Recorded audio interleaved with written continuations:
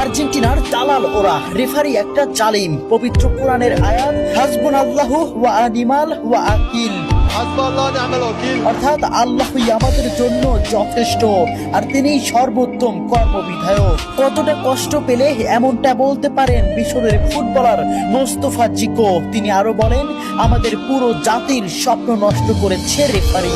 আর্জেন্টিনার দালাল ওরা, রেফারি একটা দেশের পুরো পরিশ্রমকে এক নিমিষেই নষ্ট করে দিলেন। ম্যাচের শুরু থেকেই তিনি আমাদের বিরুদ্ধে কাজ করেছেন।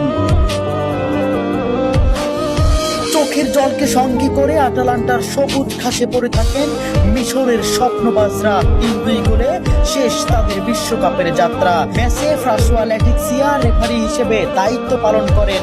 মিশরের একটি গোল বাতিলের পাশাপাশি ম্যাচের শেষ মুহূর্তে মোহাম্মদ সালার একটি ট্যাকেলও এড়িয়ে যান তিনি। দেখার প্রয়োজনও করেননি VAR। জানিয়ে রীতিমতো তুলপার ফুটবল বিশ্ব। ওই কাউন্টার অ্যাটাকে গোল করে আর্জেন্টিনাকে এগিয়ে দেন অ্যানজো। শেষ পর্যন্ত মিশর হৃদয় ভাঙ্গা হারকে সঙ্গী করে মাঠ ছাড়ে।